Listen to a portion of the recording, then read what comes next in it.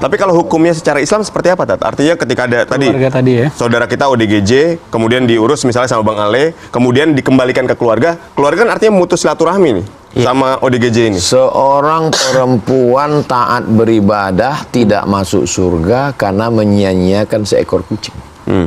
Untuk kucing? Kucing. Bagaimana dengan manusia? Ya.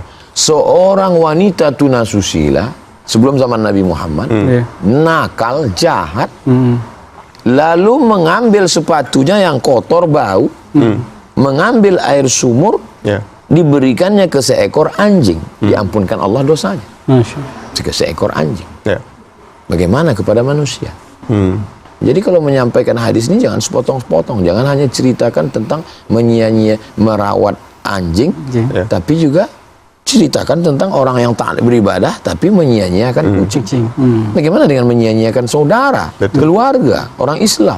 Nah, berbicara soal menyia-nyiakan saudara dan keluarga, ini kan biasanya harta waris, Tat. Nah, ini jadi penyebab utama bahwa keluarga ini akhirnya putus hubungan tuh.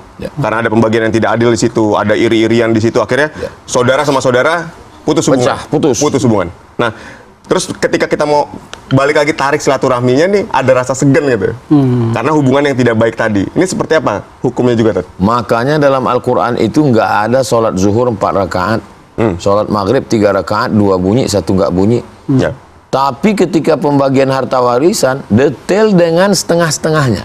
Walakum nisfu ma taraka azwajukum illam yakul lahunna walad. Kamu hai para suami dapat setengah harta istri kalau nggak ada anak. Fa in kana lahunna waladun, kalau ada anak falakumur rubu'u, kamu dapat 1/4. Lidzakari mithlu hauzil unsayain, anak laki-laki dapat 2 kali bagian anak perempuan. Sampai sedetail itu supaya apa? Jangan putus silaturahmi. Kalau ayah kita pernah berkonflik dengan ayah dia hanya gara-gara warisan kakek kita, maka kita yang generasi ketiga, kakek, ayah, cucu, janganlah putus gara-gara itu. Bahwa ya sudah berlalu, ya sudahlah, tinggal kita ini kita selamatkan. Tapi bagi yang sekarang lagi masih hidup, jangan sampai anak-anak kita ini putus hanya gara-gara kita nggak adil kepada anak-anak kita. Ittaqullah, takutlah kepada Allah, wa'dilu baina auladikum, bersikap adillah di antara anak-anak kamu. Nah, Pak Ustadz, kan banyak orang-orang introvert, Pak Ustadz. Dia mau ngobrol aja malas, apalagi mau ketemu kan. Gimana itu caranya menjalin silaturahmi, sedangkan dia buat ketemu dan ngobrol aja malas. Ini saya kan udah tahu nih, Bang Hoho begini, Pak RT begini, Bang Ali begini. Kita ini udah saling ngerti, saling paham. Sehingga kalau Pak RT tidak seramah Bang Ho'o, saya udah paham, karena udah kenal kan. Yang jadi masalah ini kan karena kita nggak kenal, nggak tahu. Begitu ada orang cuman assalamualaikum, apa kabar, hanya standar, orang sudah paham. Memang sifat dia udah begitu, memang dari dulu begitu. Ya udah, dia sebetulnya baik loh.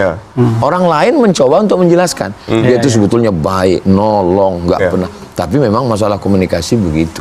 Itulah pentingnya kita mengenalkan diri dan mengenalkan orang, sehingga tidak timbul salah faham. Kenapa bisa salah ngomong? Gara-gara nggak kenal maka nggak sayang. Benar-benar. Setelah kita komunikasi baik, di dalam keluarga kita juga ada, di kelas kita juga dulu waktu sekolah ada, satu angkatan waktu di kampus juga ada. Tapi kenapa kita tetap bisa bersama?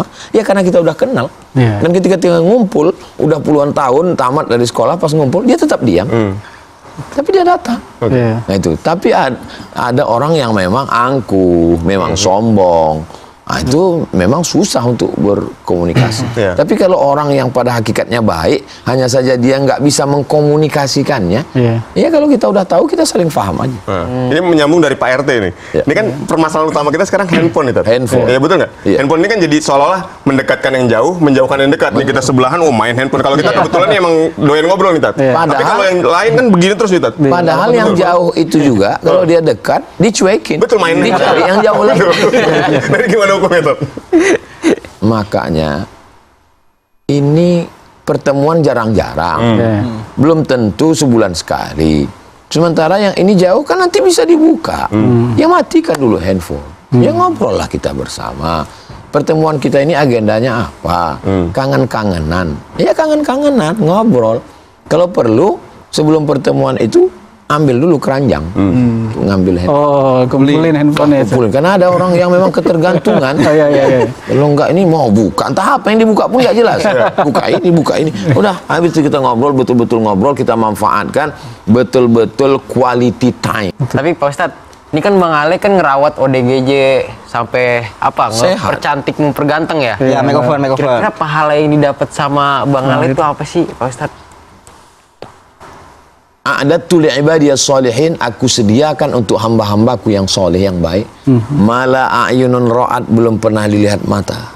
Wala udhunun sami'at, belum pernah didengar telinga. Wala khatara ala qalbi bashar, belum pernah terlintas di hati manusia.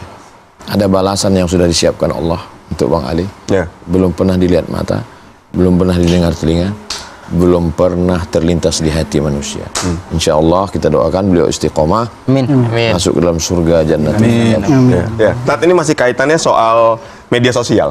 Kan banyak orang juga yang menjadikan media sosial itu ajang silaturahmi. Ya. Tapi justru di media sosial ini kita sering kali flexing, Tat. Kan yang diposting itu pasti yang baik-baik saja, prestasi, karir, keharmonisan hubungan rumah tangga dan seterusnya. Nah, ini gimana untuk menghindari supaya silaturahmi kita di media sosial ini tetap berjalan dengan baik, tapi tanpa ada sifat ria, sombong, takabur yang juga terbersit di hati kita gitu. Yang mau diposting ini apa, untuk apa, targetnya apa? Apa sebetulnya yang mau diambil dari posting ini? Ya kita tanya sendiri, saya mau posting ini untuk apa? Iya. Berarti Ustaz, keutamaan silaturahmi selain tadi dapat manfaat langsung di dunia, rezeki dan usia, di akhirat tadi termasuk dapat balasannya besar Ustaz. Jadi supaya tidak hanya orientasinya dunia dengan niat silaturahmi itu Ustaz. Man la yadkhulul jannah, tidak masuk surga, qati'ur rahim, orang yang memutus tali silaturahim. Hadisnya kualitas tertinggi, ada dalam Sahih Bukhari, ada dalam Sahih Muslim. Tidak masuk surga orang yang memutus tali silaturahim. Kenapa?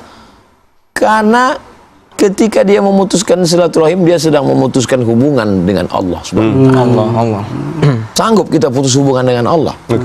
Sedang Ali aja nggak sanggup putus hubungan dengan handphone. Kita nggak sanggup putus hubungan dengan media sosial. Ini putus hubungan dengan Allah. Kenapa kita ini bisa nyaman? Ya karena listrik hidup. Sanggup kita putus hubungan dengan listrik, mati lampu. Ini putus hubungan dengan Allah gara-gara apa? Memutuskan tali silaturahim. Sampai seberat itu, Ustaz? Sampai seberat itu. Maka yang masih bisa kita sambung. Nunggu momen Pak Ustadz. Momen apa? Momen Idul Fitri. Emang yakin malaikat maut juga nunggu 1 Syawal? Kalau dia datang sebelum imsak ini? Nah, ketika kita sudah berusaha untuk menyambung tadi ke saudara kita yang misalnya kita punya permasalahan begitu tapi tidak berbalas, Tat. Kalau saya silaturahim, kalau dia nggak balas WA saya, kalau dia nggak buka pintu, kalau dia siapkan anjing herder, kalau dia ngejek saya, kalau dia lempar saya pakai centong, kenapa kita lebih sibuk memikirkan dia daripada memikirkan usaha kita? Pikirkan aja usaha kita.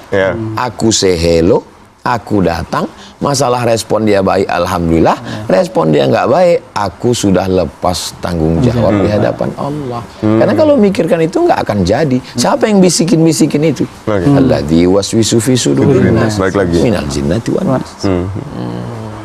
Assalamualaikum kakak, selamat buka puasa, selamat sahur. Nggak dibalas, datang. Assalamualaikum, apa yang bisa kita bawa? Selamat. Kau jangan lagi datang kemari.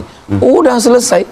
Berarti kita sudah selamat dari memusuhi saudara kita. Ustaz, ini terakhir mau tanya Aleh. Setiap Aleh bersihkan ODGJ pasti ada aja orang-orang di jalanan itu yang suka mengganggu. Maksudnya, alah, sok suci kau gitu-gitu. Orang-orang ya nyinyirin. Hanya untuk konten misalnya gitu ya? Ya, hanya untuk konten aja kau itu. Mengambil keuntungan gini-gini segala macam.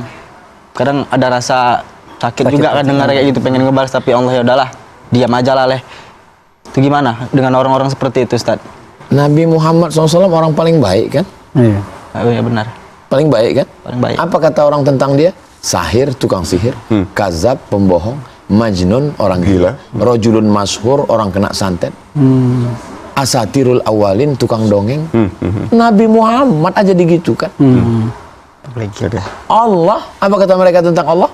Wa qalatil yahudu Uzairun ibnullah. Allah punya anak namanya Uzair. Wa qalatin nasara al-masih ibnullah.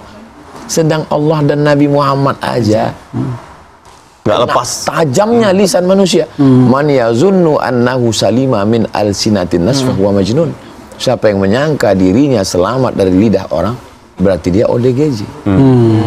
Baik, Ustaz, ini kita 10 menit lagi udah masuk waktu imsak. Kayaknya donatnya dianggurin, semuanya udah dingin nih, Tat. Ini kan bukan pajangan tadi katanya kan. Kayaknya kita nikmatin dulu. Nikmatin dulu. Tapi sebelumnya kita selfie dulu boleh kan? Oh iya, tentu. Bang Ale, boleh Bang Ale. Siap.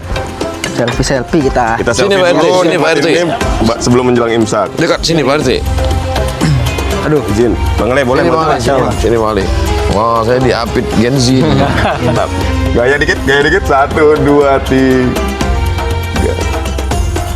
Oke, terima kasih. Ustaz.